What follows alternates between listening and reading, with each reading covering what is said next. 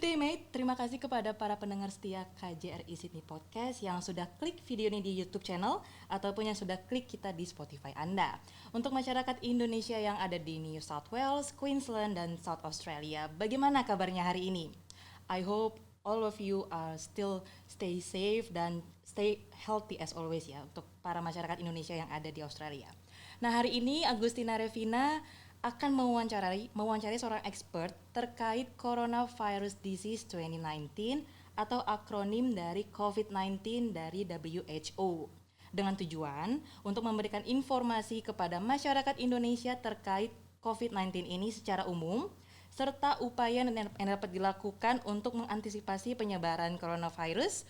Dan kali ini tentunya kita akan pengen tahu apakah ada solusi atau antisipasi penyebarannya. Untuk hari ini kita akan melakukan phone interview dengan pakar epidemiologi yang sedang melakukan riset di Griffith University, Queensland, Australia. Kita akan berkenalan dengan Bapak Dr. Diki Budiman Esket, MSc.PH. Kita telepon dulu ya Bapak Dikinya. Halo Bapak Diki, selamat pagi. Halo, pagi. Ya, bagaimana kabarnya Pak hari ini? Alhamdulillah baik, semoga semua juga sehat. Alhamdulillah ya Pak ya.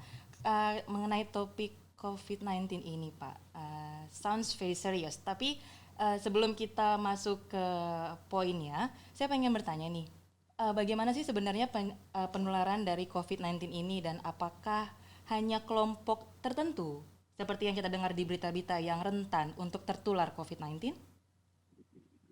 COVID-19 ini berisiko untuk semua golongan usia. Jadi tidak ada yang bisa mengklaim bahwa dirinya bebas atau bisa terhindar dari penyakit COVID-19 ini. Itu sebabnya Badan Kesehatan Dunia atau WHO mendeklarasikannya sebagai pandemi. Jadi pandemi itu definisinya adalah semua orang dimanapun, kapanpun, di tempat manapun di belahan dunia ini akan memiliki resiko yang sama untuk terpapar atau terkena penyakit COVID-19 ini. Oke, apa saja Pak gejala dari seseorang yang terkena atau terinfeksi COVID-19? Karena informasi yang beredar secara luas, gejalanya itu mirip banget dengan common flu, jadi batuk ataupun pilek biasa. Apa yang membuat COVID-19 ini berbeda dengan common flu dan sebenarnya kita kan sudah tahu ya kalau banyak sekali beberapa kasus penularan yang tanpa gejala at all. Apakah ada penjelasan terkait penyebaran dari COVID ini dan pembedaannya dengan common flu? Ya, jadi sebelum menjawab ini tadi ada satu tambahan bahwa memang ada beberapa kelompok dalam masyarakat yang memiliki risiko sedikit lebih besar atau lebih besar dibanding yang lain. Tetapi yang harus dipahami bahwa semua berisiko. Itu yang pertama tadi. Kedua, yang menjawab pertanyaan tentang kemiripan dengan common flu. Jadi coronavirus ini satu keluarga. Ibaratnya satu keluarga, dia punya anak 7. Nah, dari 7 anak ini, 4 itu menyebabkan flu atau common cold. Flu yang kita lihat sehari-hari dan di beberapa tempat memang ada yang lebih seperti di Amerika lebih parah dan bisa menyebabkan kematian pada golongan usia lanjut. Nah, yang lebih harus dicermati adalah 3 anak yang lain. Dari 7 itu kan 4 yang common cold atau flu.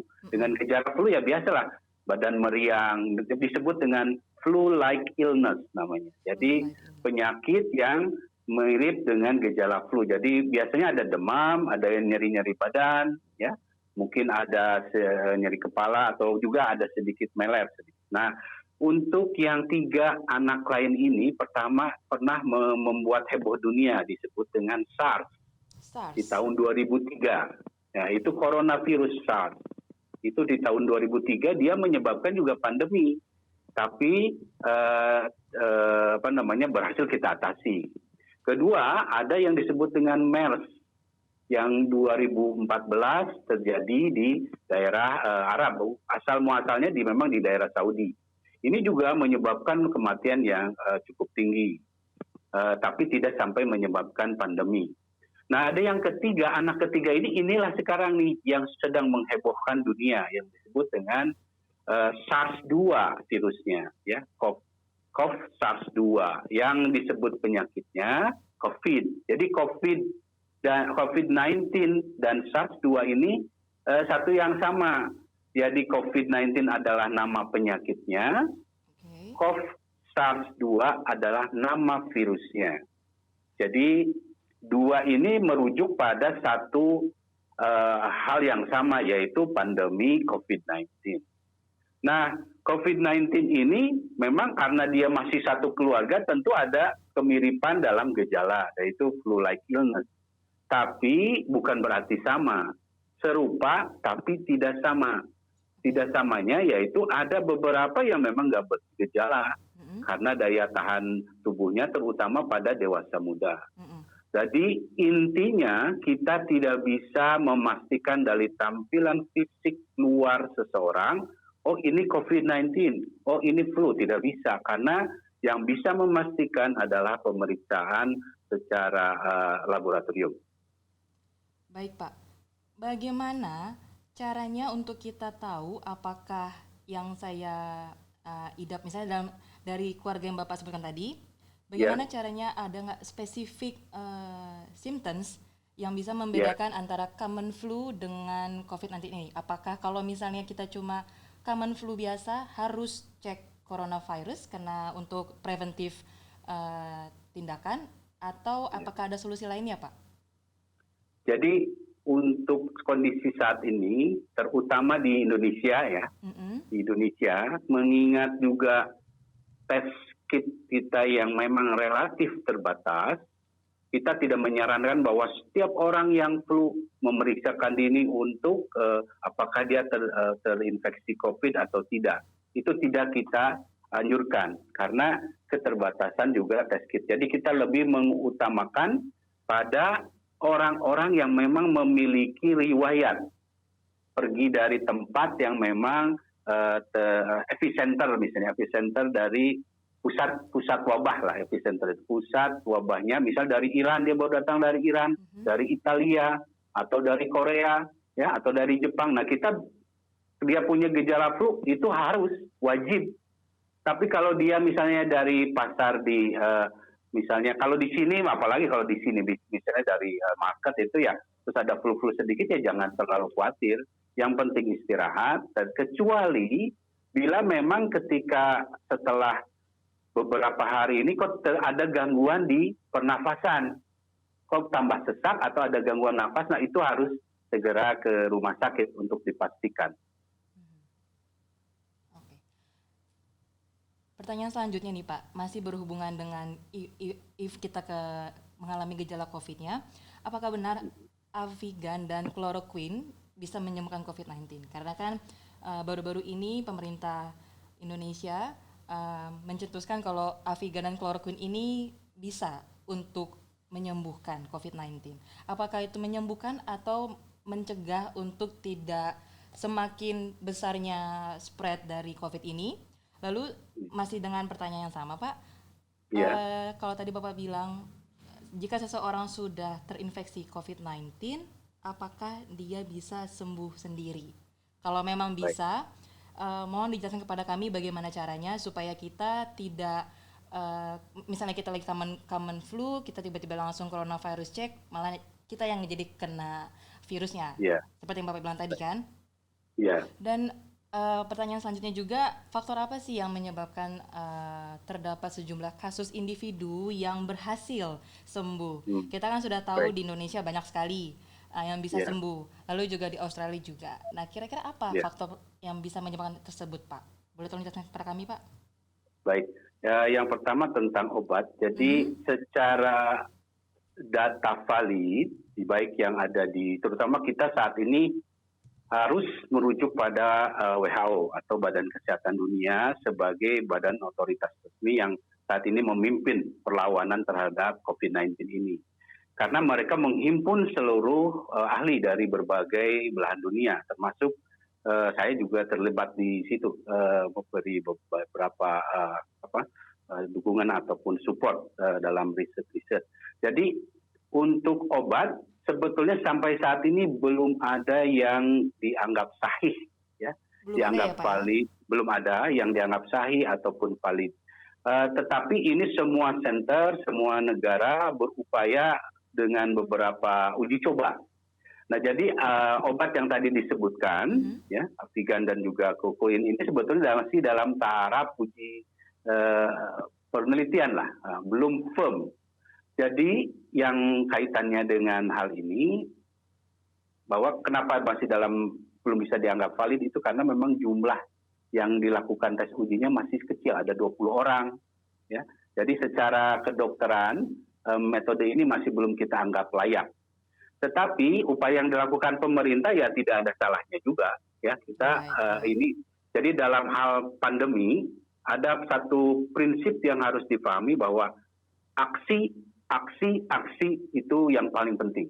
Jadi aksi nyata itu sangat penting. Jadi jangan menunggu sampai ternyata obatnya nanti, ya ini. Jadi ada banyak upaya yang harus kita lakukan. Salah satunya ya kalau saya di beberapa wawancara lain, saya menyampaikan ya kita tidak bisa juga menyalahkan pemerintah. Toh secara saintifik memang ada, walaupun belum valid ya. Satu itu. Kedua tentang kesembuhan. Jadi definisi untuk COVID ini kita harus menghindari namanya sembuh, karena memang belum ada obatnya.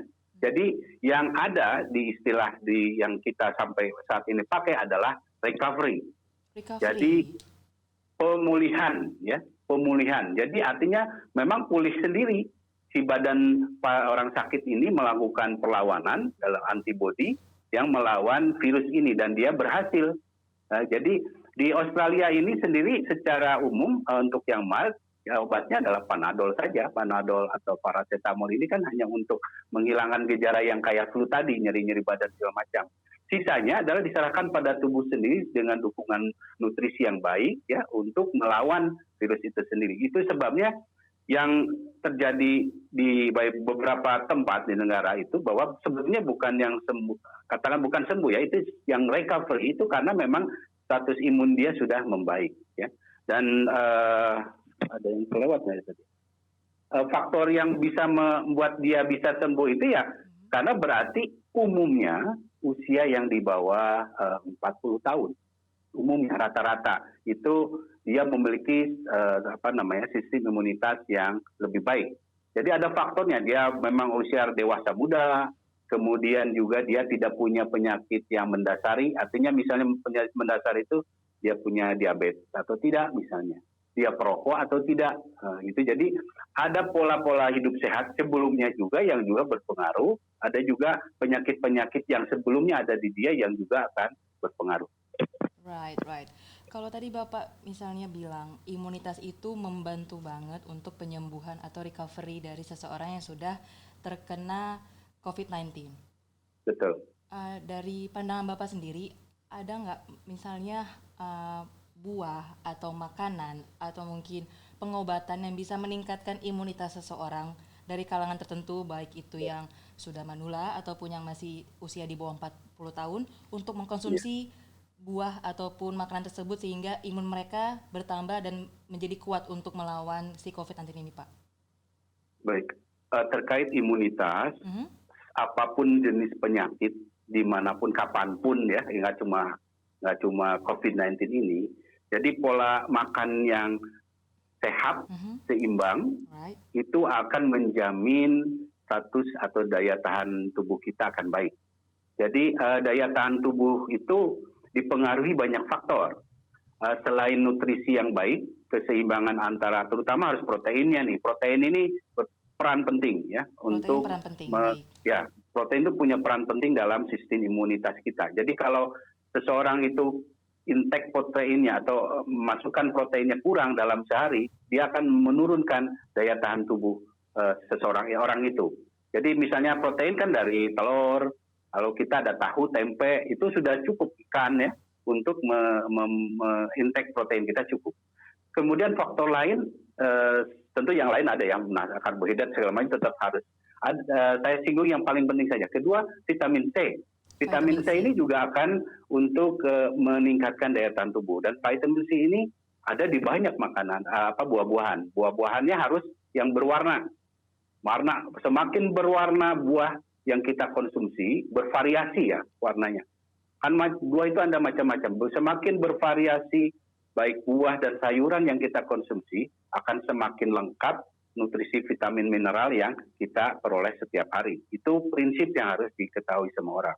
Jadi vitamin C dan di situ ada lagi namanya vitamin D. Vitamin D. Ya, vitamin D ini penting untuk juga daya tahan tubuh. Cuma harus ketahui vitamin D ini memerlukan sinar matahari untuk terbentuknya vitamin D ini. Jadi memang kita nggak bisa terus-menerus tidak terpapar sinar matahari. Ini yang terutama di beberapa negara yang paparan sinar matahari dalam musim winter yang kurang, ya asupan vitamin D-nya ada suplemen tambahan itu bisa membantu. Kemudian untuk imunitas ini juga ada faktor lain yang berpengaruh yaitu tidur. Jadi istirahat yang baik, yang cukup berkualitas itu akan juga menjamin sistem imunitas seseorang. Jadi walaupun makanannya bagus, nutrisi bagus, tidurnya kurang, sering begadang misalnya, itu akan menurunkan imunitas kita. Dan satu lagi yang juga akan berpengaruh adalah kebugaran. Kebugaran ini akan membantu metabolisme tubuhnya itu akan optimal. Kebugaran itu berarti ya kita harus bergerak. Ya, oke. Kalau kita sebentar Pak, baik. Menurut health.newsouthwales.gov.au nih Pak, per kemarin 23 Maret, confirm cases-nya itu ada 669. Baik. Lalu juga untuk confirm tested and excluded-nya ada 56.272. Dan jika di total itu ada 56.941. Nah, sedangkan untuk dead cases sendiri di New South Wales ada 6 yang sudah confirm dan di Western Australia itu ada 1. Sedangkan di Queensland itu masih 0. How come Queensland itu bisa menjadi salah satu state yang sampai saat ini bisa dibilang belum ada cases death. Lalu bagaimana dari pemerintah setempat atau pemerintah Indonesia juga menyarankan untuk social distancing?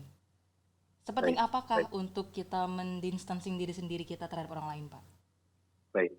Jadi untuk case fatality rate atau angka kematian ini dipengaruhi oleh banyak faktor ya untuk tidak hanya untuk COVID tapi untuk berbagai penyakit menular yang lain.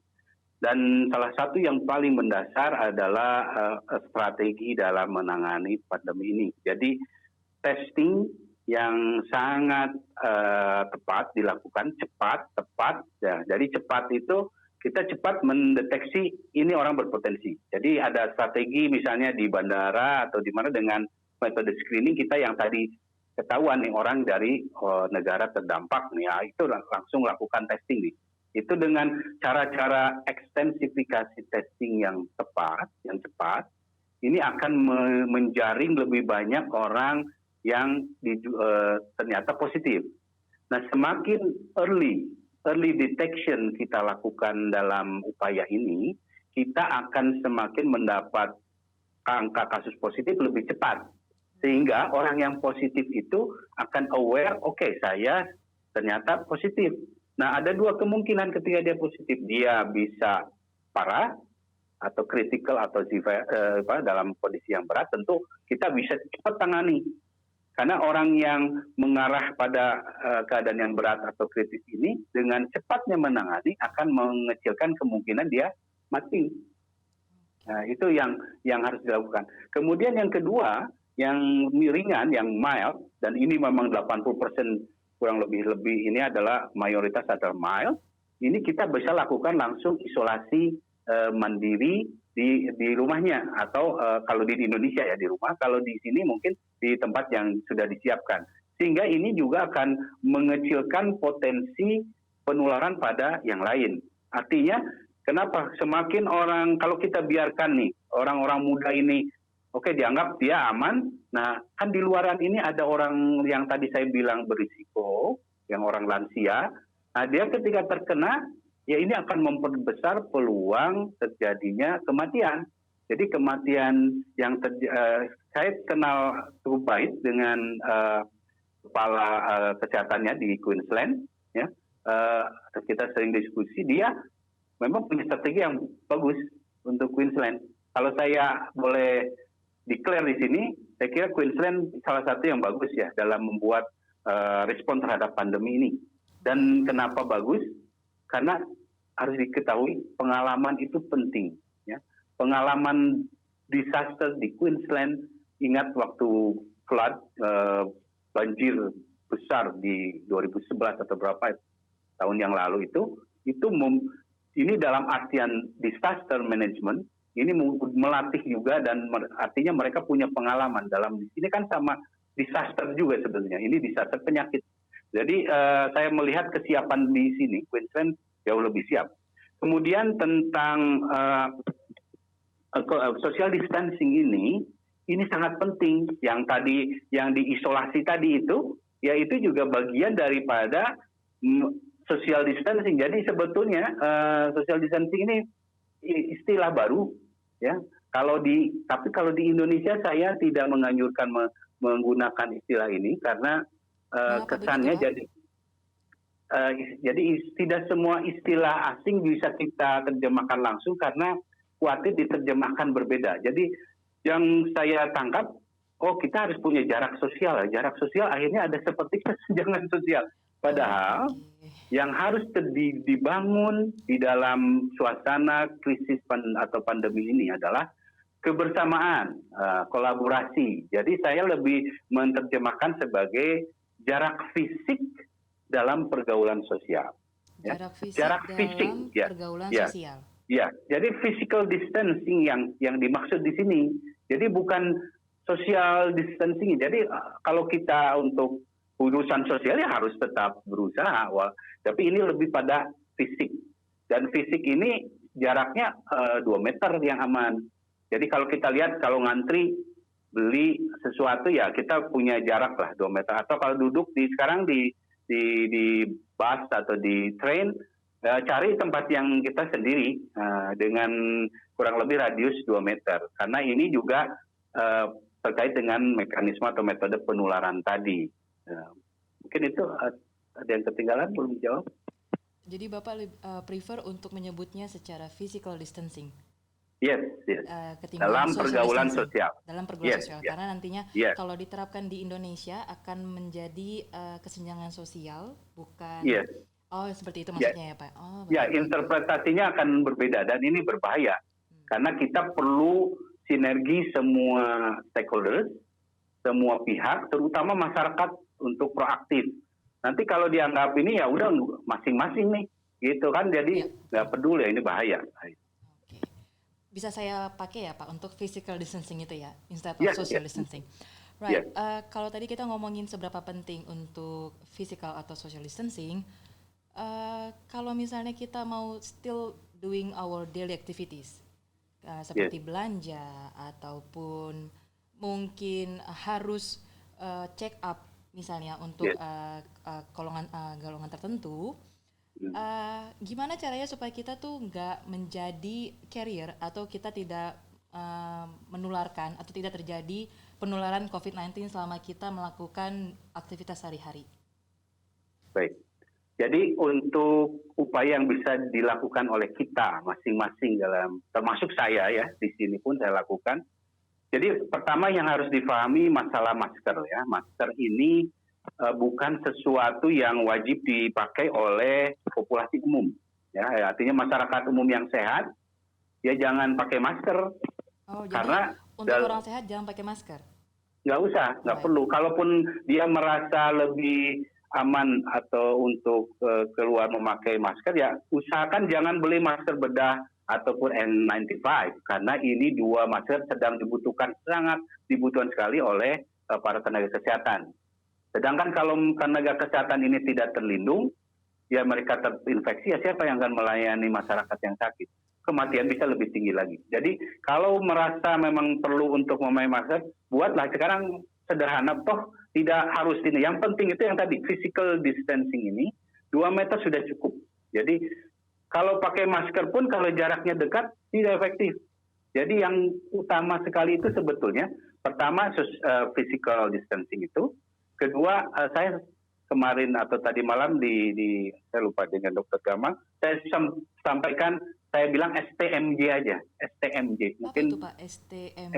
STMJ. Kalau di Indonesia yang ini udah terbiasa. Kalau dulu namanya susu telur madu jahe ya. Kalau Susu di telur madu Indonesia. jahe. Tapi kalau Baik. di sini saya sampaikan tadi malam bahwa S-nya dari selalu cuci tangan, Oh, ya. ini singkatan ya Pak. S Ya, selalu cuci ya. tangan. Ya, Baik. S dan T ini, Hmm. ST ini selalu cuci tangan. Kecuali kalau punya tanggung jawab jangan cuci tangan, ya. Right. Kedua M adalah mondok di rumah. Jadi diem, kalau bisa seperlunya saja keluar dalam situasi seperti ini. Lebih banyak kerja di rumah, semua dilakukan di rumah.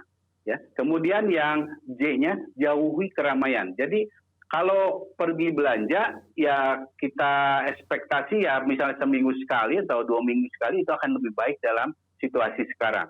Kemudian yang perlu juga dilakukan adalah kombinasi jadi ini satu kombinasi yang harus dilakukan bersama. Jadi kalau pergi ya nggak masalah, jangan terlalu takut pergi-pergi memang, tapi ingat sangat selektif dalam situasi ini. Jadi selama kita bisa menjaga jarak, kita selalu cuci tangan, usahakan misalnya kalau bayar pun sekarang ya lebih banyak bayar yang bukan tunai, ya, sehingga meminimalisir kontak. Ya, jadi kontak yang disebut kontak erat itu ya kita minimalisir, ya. Kemudian juga setiap pergi dan datang pada satu tempat atau keluar dari satu tempat, usahakan selalu tadi ya cuci tangan. Kalau tidak ada air ya pakai hand sanitizer sudah cukup. Oke. Saya masih penasaran nih Pak. Kalau Ya. boleh saya tahu, saya melakukan research dulu nih sebelum saya bisa berkomunikasi dengan Bapak. Jadi tuh Ya. di Indonesia ataupun mungkin di Australia itu sendiri juga saya melihat banyak masyarakat, baik itu masyarakat Indonesia kita ataupun warga negara asing menggunakan latex glove, sarung tangan latex yang biasanya dipergunakan oleh tim medis hanya untuk groceries. Karena kan kita harus memegang troli belanja ataupun untuk mencegah adanya penularan melalui barang-barang yang kita sentuh. Apakah itu bijak dalam penggunaan latex glove atau apakah ada cara lain jika memang kita pengen untuk groceries misalnya? What we have to do, Pak? Ya. Jadi ini kembali sama seperti yang tadi masker, ini dalam situasi pandemi ini di mana shortage pada kebutuhan masker dan juga handscoon ya kita sebutnya handscoon. Sarung tangan ini sangat tinggi. Right. Jadi kalau di dunia medis namanya handscoon. Oh, handscoon, baik. Ya, handscoon. Jadi kita rasakan ini juga ada shortage ya. Jadi keterbatasan terutama di jangankan nanti Australia juga akan saya prediksi akan punya masalah ini kalau semuanya melakukan perilaku yang sama, masker beli, kemudian juga masalah sarung tangan ini. Jadi tidak perlu sampai sebegitunya, apalagi untuk masyarakat umum. Jadi yang harus dipertimbangkan juga, satu memang tidak diperlukan, selama kita melakukan STMJ yang tadi. Ya. Jadi kalaupun pakai sarung tangan, tapi polanya tetap dia juga tidak biasa melakukan kebiasaan cuci tangan dengan sabun yang baik, ya sama saja. Jadi intinya bukan pada sarung tangan itu, ya. Dan juga ditambah sarung tangan itu diperlukan mungkin dalam kondisi yang darurat, ya kan kalau ke dunia kedokteran pakai saja apa yang ada untuk artinya selama dapat melindungi tenaga kesehatan. Jadi untuk belanja atau kegiatan apapun tidak perlu sampai melakukan proteksi yang seperti itu selama kita melakukan yang tadi physical distancing dan STMJ. Oke. Kalau tadi Bapak sempat bilang untuk sebisa mungkin kita mengurangi intensitas bertemu dengan orang secara fisikal atau betul. Tadi kalau singkatan STMJ-nya mood mondok, betul ya Pak ya? Iya. Tapi saat ini kan kita pasti perlunya butuh banget untuk doing groceries. Sedangkan di Australia sendiri panic buying itu sangat amat, kalau bisa dibilang hampir minggu ini juga masih ada panic buying. Di Iya, Indonesia juga pasti akan mengikuti atau sudah? iya, Saya kurang paham. sudah Apakah beberapa. perlu untuk kita sebagai masyarakat awam, karena kan kita diinstruksikan untuk kalau bisa stay at home if you don't need Iya, anything to do out iya, there. iya. Apakah perlu Pak untuk kita panic buying? Itu pertanyaan saya Pak. Jadi ini pertanyaan singkatnya sangat tidak perlu dan Alright, sangat berbahaya. tidak perlu. Nah, Oh, oke. dan berbahaya. Berbahayanya kenapa? Ketika panik tanpa disadari daya tahan tubuh kita juga menurun. Ya. Tadi saya tambahkan lagi, stres itu akan menurunkan daya tahan tubuh seseorang. Oh, Stres, bisa ya Pak ya? iya, Oh, sangat oke. berpengaruh. Jadi apalagi akhirnya karena melihat orang panik pasti stres. Right. Dan ini akan menurunkan daya tahan tubuh. Jadi hindari panik dan itu juga selanjutnya tidak perlu juga karena apalagi di sini Australia pemerintahnya kan negara maju dan dia akan menjamin ketersediaan terutama yang diperlukan manusia kan sebetulnya makan minum ya dan rumah kan tempat tinggal ada misalnya. Yang penting kan Betul, makan betul. minum dan ini sudah dijamin. Jadi alasan untuk panik buying ini tidak sangat tidak berdasar dan tidak logis. Right. Dan yang dari sisi kedokteran yang ingin saya tekankan ini berbahaya karena akan membuat Anda stres dan melahirkan kepanikan-kepanikan lain yang akhirnya juga akan menambah Anda stres dan Anda akhirnya menempatkan diri Anda dalam posisi yang rentan terhadap infeksi karena daya tahan tubuhnya turun. Nah, ini tidak beralasan. Alright. Berarti untuk masyarakat kita sendiri pun tidak usah panic buying ya Pak ya? Tidak perlu. Alright. Pak, saya masih penasaran. Ya, Kalau tadi kita udah bilang apa saja yang harus kita lakukan, terus apa yang harus kita hindari juga, dan tentunya karena masalah COVID-19 ini semakin banyak membuat stres karena banyak isu-isu yang beredar itu ada yang hoax, tapi sedikit yang benar. Dan rata-rata ya, yang hoax itu yang lebih cepat diterima orang daripada yang berita sebenarnya. ya, Nah, ya, bagaimana cara kita membedakan informasi yang benar dengan informasi yang hoax, Pak? ya. Baik. Di sejak awal, jadi kita harus ingat dan paham bahwa penyakit ini sebetulnya baru kita kenal 3 bulan kurang lebih. Right. 3 bulan nih, jadi akhir Desember lah ya. Kita sudah di Maret. Jadi dengan 3 bulan ini kita bisa lihat dampaknya luar biasa pada sosial ekonomi dan juga kesehatan. Ada satu hal yang untuk dalam sejarah kesehatan dunia, ini disebut dengan istilah infodemic. Ya, infodemic. Oke. Ya, infodemic. Jadi ada epidemic, ini ada infodemic. Right. Ya, Itu apa, Pak? kalau Infodemic ini. infodemic adalah satu kondisi dalam alur atau dunia perkomunikasian informasi yang membuat parah atau mengganggu proses penanganan dari satu epidemi atau pandemi. Nah, Right. gitu. Oke. Saya baru Dan dalam tahu hal nih ini, informasi ini. Singkatan ya ini yang mengeluarkannya WHO. Alright. WHO ya. Jadi WHO dan termasuk sudah ada risetnya di Lancet dan saya juga dalam risk communication ini untuk pandemik saya berkontribusi di sini. Saya mungkin nanti akan saya share untuk kasus di Indonesia. Jadi infodemic ini adalah musuh kedua kita selain COVID-19-nya. Oh. Ya, karena informasi ini yang menyebabkan yang tadi orang panik. Right. Orang panik beli, ketika panik dia nggak rasional. Selain dia stres, menurunkan daya tahan tubuh, dia nggak rasional. Sehingga makanya kita lihat ada keributan, mau orang sedang berkerumun juga ya dia datang. Padahal itu berarti membuat posisi dia lebih berisiko kan.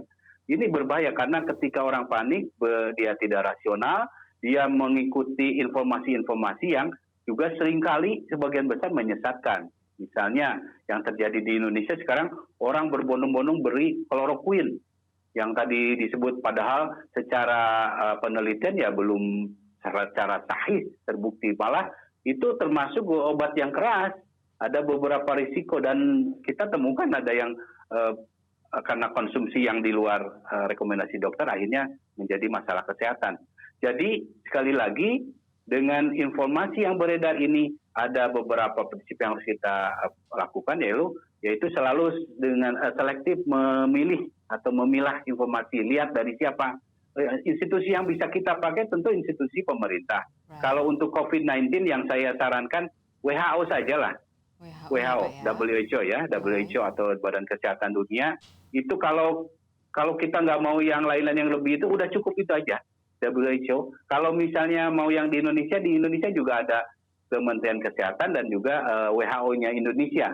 Betul. Nah kalau misalnya ini para pakar juga banyak yang mengklaim ini, bilang inilah segala macam. Jadi kita juga harus berhati-hati karena tidak semua pakar itu juga memahami kondisi pandemi, karena pandemi itu kondisi yang berbeda. Dan yang misalnya sudah terrecognize, katakanlah di kami memang di center di Griffith ini memang menggeluti sekarang memonitor ini, ya bisa lah merujuk. Hanya memang untuk hal-hal yang tertentu nanti bisa saja lewat KJRI misalnya menyampaikan beberapa pertanyaan. Saya sendiri akan siap untuk membantu. Jadi sekali lagi terutama dalam men-sharing informasi, selalu cross check. Apalagi pada beberapa pesan yang dibawanya sebarkan, bagikan. Nah ini intinya biasanya sebagian besar itu 90% itu tidak benar intinya. Okay.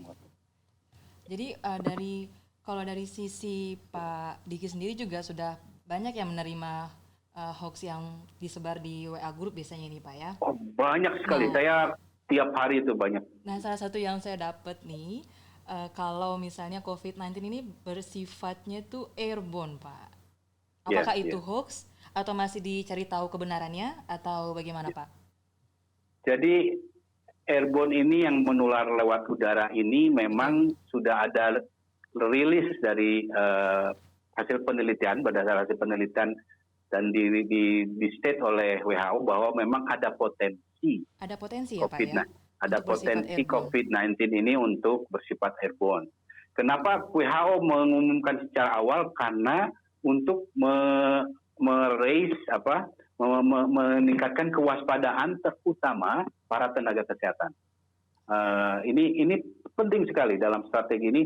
Ketika ada informasi, walaupun ini masih penelitiannya juga masih awal, tetapi itu sudah jadi satu dasar untuk kita mengambil tindakan precaution, ya pencegahan awal. Jadi mencegah kan tentu lebih baik daripada mengobati. Jadi betul, Pak. Terkait yang, tapi untuk dipahami juga bahwa ini bukan berarti kita ini keluar jadi nggak bebas, tidak begitu juga. Karena virus itu juga punya keterbatasan. Jadi dia nggak terbang kemana-mana jauh begitu, enggak. Jadi dia ada ini tadi post, ada keterbatasan. Jadi umumnya yang tadi physical distancing-nya 2 meter itu aja sudah cukup. Jadi kalau airborne ini, mohon maaf, kalau orang Indonesia itu senang misalnya makan pete, ya. Tahu ya pete ya, di Indonesia di sini juga ada, apalagi kalau ke Chinese ke China market itu, dan saya juga senang pete nih. Kalau kita ini indikator kita bahwa kita belum aman itu kalau kita bisa mencium wangi bau makanan seseorang yang sudah dia makan, itu berarti kita dalam radius yang tidak aman. Ya. Artinya kalau kita bisa mencium, oh ini orang bau pete nih, oh berarti kita itu harus lebih jauh lagi. Karena kita terlalu dekat ya secara fisiknya ya Pak. Berarti itu terlalu dekat. Jadi memang 2 meter ini sangat penting. Jadi kalau nggak tahu ini menurut dokter Diki ini 2 meter gimana ya? Kalau kita bisa nyium badannya, bau makanan yang di ini, wah itu udah terlalu dekat Anda. Gitu, harus lebih mundur lagi. Betul Pak. Ini menarik sih Pak. Oke, jadi saya udah dapat banyak banget informasi Pak, baik itu untuk saya sendiri dan juga untuk para pendengar setia KJRI City Podcast. Dan untuk kami masyarakat, apa yang harus kami lakukan? Atau misalnya dari Bapak sendiri, dari salah satu pakar epidemiologi, apakah ada pesan Pak untuk para pendengar dari podcast kami yang bisa Bapak sharekan kepada kami? Baik, pesan saya pertama kita harus pahami bahwa kita dalam situasi pandemi. Situasi pandemi ini artinya situasi yang bukan normal, ya, tidak normal, unusual. Jadi kalau situasi tidak dalam kondisi normal, saya tidak menyebut belum kritis banget memang, tapi ini sudah jelas kita dalam situasi yang tidak normal, artinya jangan business as usual. Ya, jangan kita pergi kemana-mana bebas, dekat dengan orang bebas, pegang sana sini bebas. Tidak, ini kita dalam situasi yang tidak normal. Artinya kita harus selalu waspada, lakukan tadi yang physical distancing dan STMJ tadi selalu, karena kita dalam situasi yang tidak normal. Karena kita dalam unusual situation, ya, situasi yang tidak normal, kita jangan melakukan business as usual, jadi kita harus melakukan satu adaptasi, ya, adaptasi terhadap situasi yang saya prediksi yang memang akan perlu waktu, bisa 3 bulan, tergantung upaya semua, bisa 6 bulan, ya, bisa lebih malah. Jadi ini ada beberapa tahapan yang harus dilakukan bersama. Jadi kita sudah harus mulai sekarang semua melakukan adaptasi, perubahan gaya hidupnya, perubahan mindsetnya. Jadi bahwa saya biasanya harus pergi ke tempat itu belanja misalnya setiap hari ini, ya sekarang udah harus berubah semuanya. Saya sekarang bekerja, kenapa harus dari rumah? Ya memang situasinya sudah unusual. Dan itu yang harus kita lakukan, adaptasi ini dalam rangka mendukung upaya global, bukan upaya Australia saja, bukan upaya Indonesia saja, tapi semua global. Jadi dalam pandemi ini setiap orang punya peran, setiap orang penting. Ya. Jadi setiap orang punya peran dan penting ini, kalau tidak dilakukan, dia akan berakibat sebaliknya. Dia akan menyebabkan salah satu yang terus menyebabkan penyakit ini berkembang. Jadi proaktiflah dan berubahlah disesuaikan dengan kondisi situasi yang saat ini. Dan tetap produktif. Oke, jadi selain physical distancing, kita tetap harus produktif, tapi mengurangi sebisa mungkin kegiatan yang unusual. Maksudnya kesehatan.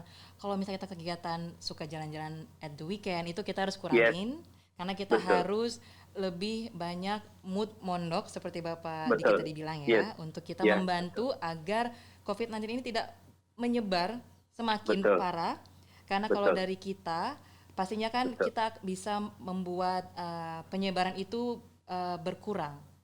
Betul ya Pak ya?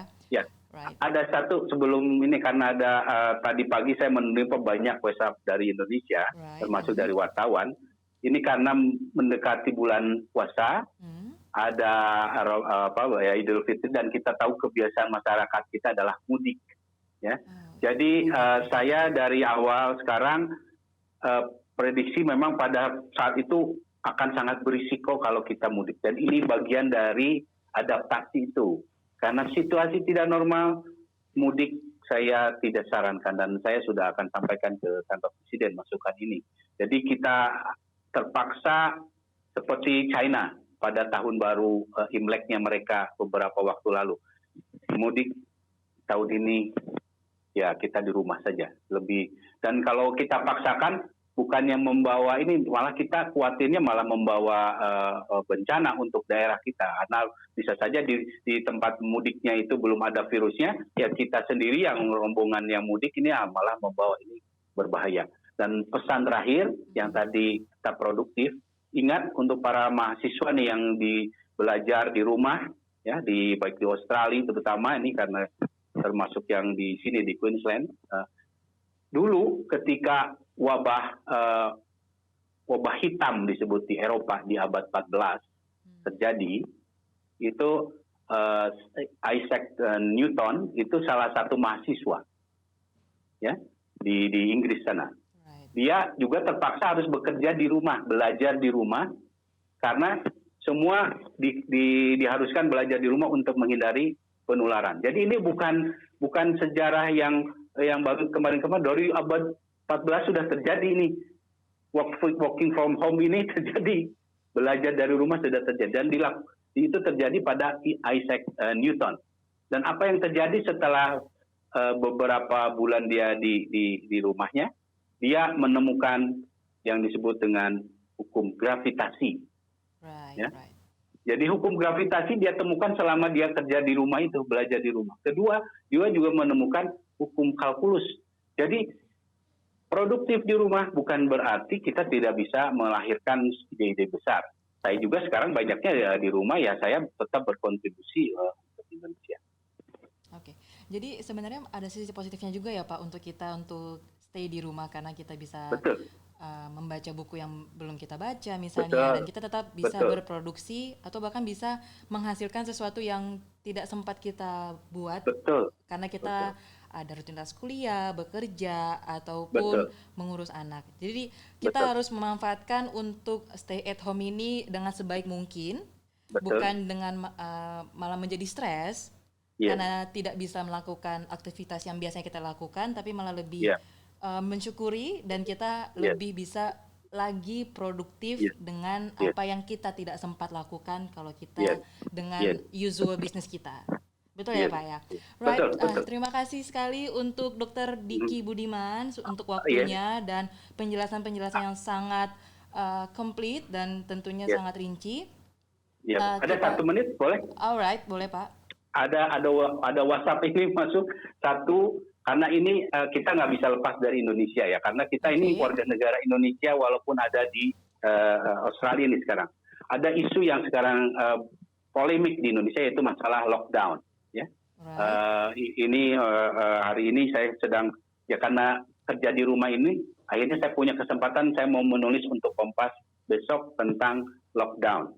Nah, untuk dalam kesempatan ini saja saya sampaikan, karena banyak yang meminta pendapat saya, bukan meminta pendapatan, tapi meminta pendapat saya. right, Itu pertama, bahwa lockdown ini sekali lagi saya juga tidak setuju dengan semua istilah yang ya tidak selalu serta-merta kita bisa terima. Lockdown itu definisinya kurang pas lah buat Indonesia. Lockdown ya negatif ya.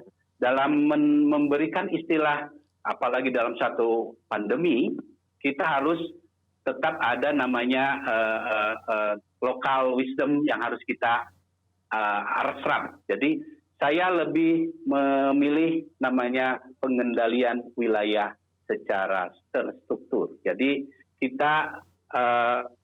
saya berpandangan bahwa lockdown pertama secara total tidak perlu untuk Indonesia, tapi right, untuk beberapa lokasi ya disebut dengan lokus ya atau cluster, itu perlu ada pengendalian wilayah secara terstruktur. Misalnya di tingkat kelurahan yang memang kasusnya banyak, ya kita lakukan itu bukan di lockdown begitu. Dari pengendalian wilayah itu pembatasan, misalnya banyak harus di rumah kecuali hal yang esensial saja, misalnya untuk beli makan dan semacam. Jadi bukan benar-benar ditutup begitu. Dan karena lockdown ini nggak pas untuk Indonesia, karena kita negara kepulauan dan juga cukup besar secara geografis. Jadi pengendalian wilayah secara terstruktur ini perlu dilakukan untuk mencegah dan meminimalisir penyebaran, dan hanya pada lokasi-lokasi yang memang berpotensi, tidak besar. Katakanlah DKI pun saya akan mengusulkan di beberapa lokasi saja, bukan DKI secara keseluruhan. Dan itu memang penting untuk meng-contain dari virus ini. right. Jadi Bapak lebih enak mendengar untuk bukan lockdown bagi Indonesia, tetapi untuk lebih penyempitan wilayah, pengendalian wilayah secara terstruktur ya Pak ya. Yes. I will make note of that.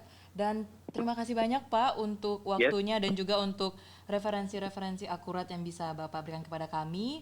Jadi kalau saya bisa highlight secara besarnya untuk mencegah penyebaran hoax dari COVID ini supaya tidak merebak dan tidak membuat kita semakin stres karena kita harus stay at home.